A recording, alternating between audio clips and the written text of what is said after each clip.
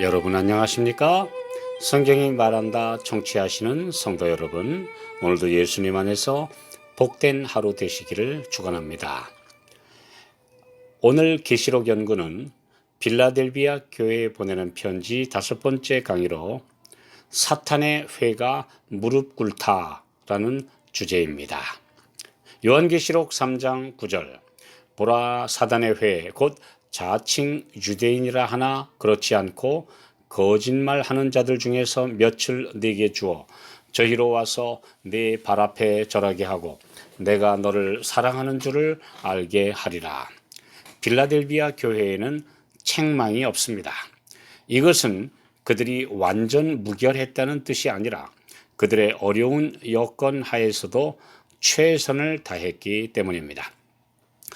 항상 신실하지 못한 자들의 일탈이 어디에나 있지만 원칙에 굳게 선 지도자들이 교회를 지도할 때 주님은 그들을 통해 교회의 큰 방향을 바르게 이끄십니다. 중세 억압의 시대가 끝나며 종교 자유와 함께 사상과 표현의 자유가 주어지자 온갖 이론과 사상의 물결이 교회를 침몰시키려 했습니다.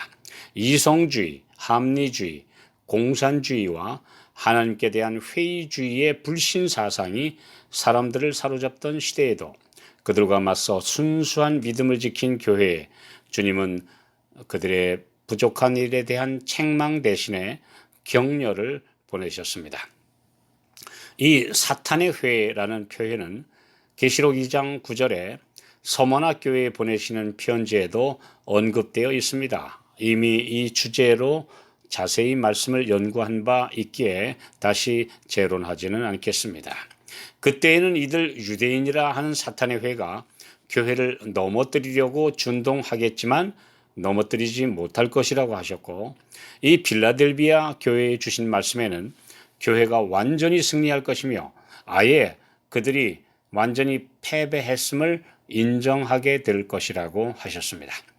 자칭 유대인이라 하나 그렇지 않고 거짓말하는 자들, 마음에 진정한 개심이 없이 하나님의 백성이다 또는 교회의 신자요, 집사나 장로나 목회자로 또는 신학자로 일하면서 하나님의 사업에 큰 걸림돌이 되는 사람들이 많이 있습니다.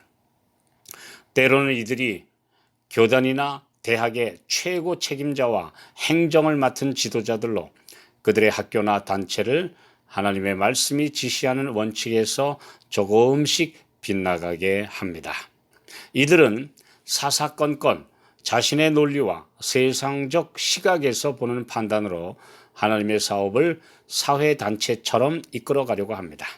성경을 해석함에 있어서도 믿음을 강화시키기보다 회의를 일으키는 논리나 주장을 합니다.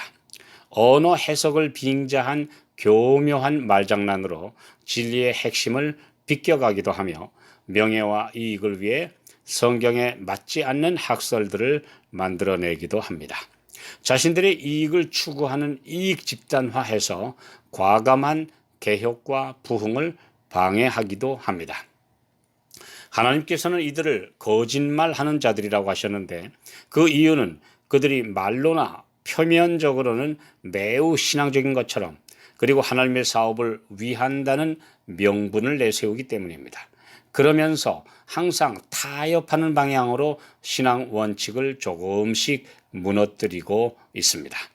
이런 방향성이 너무도 교묘하게 위장되기 때문에 많은 신자들은 그들에게 속게 됩니다.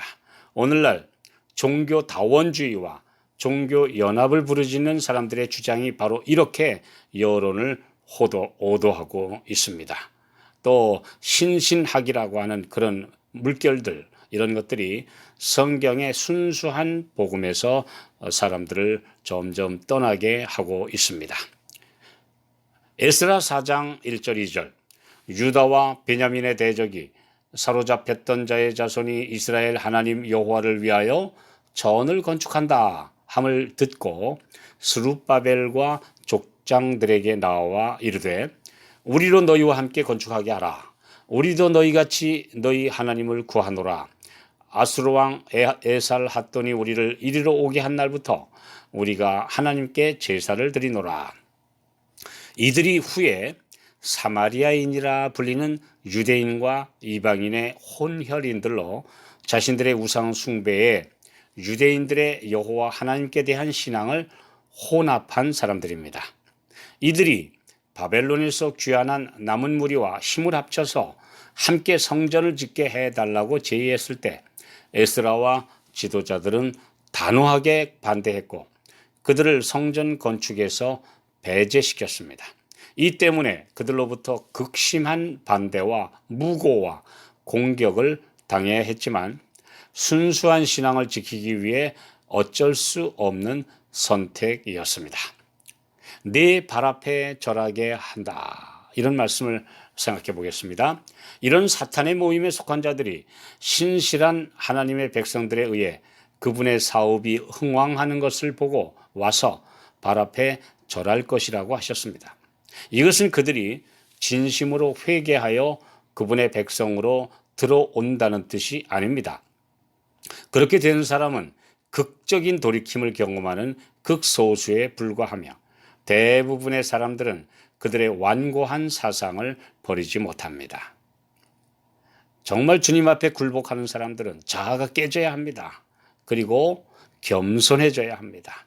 주님의 말씀 앞에 자기의 모든 가진 것을 다 내어버리는 그런 거듭남의 체험 없이는 사람들이 한 번 받아들인 그 사상을 좀처럼 버리지 못합니다.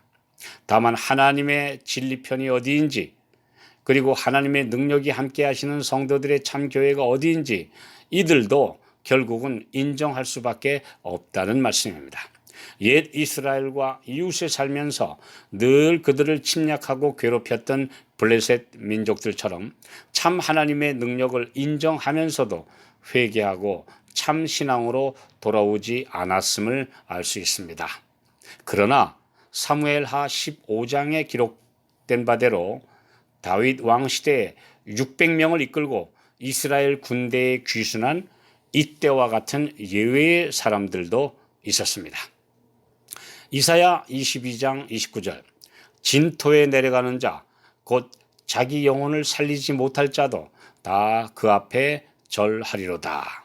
만유의 하나님께서 마지막 심판을 베푸실 때 그들의 모든 삶의 기록이 공개되면 악인들 모두가 하나님께 그분의 공정하신 심판을 인정하고 깨끗하게 승복하게 될 것입니다. 그렇다고 그들이 회개하는 것은 아닙니다. 그들의 오랜 반역과 타락한 삶이 그들의 품성을 굳혔기 때문에 회개하려야 할 수가 없기 때문입니다. 그들은 너무 늦었다고 비통하게 부르짖을 것입니다. 지금 진심으로 그분 앞에 굴복하는 것, 그래서 참된 회개를 경험하는 것, 오직 말씀 앞에 자기의 모든 의견과 사상과 모든 것들을 다 내어버리는 것, 이것이 곧 생명의 길입니다.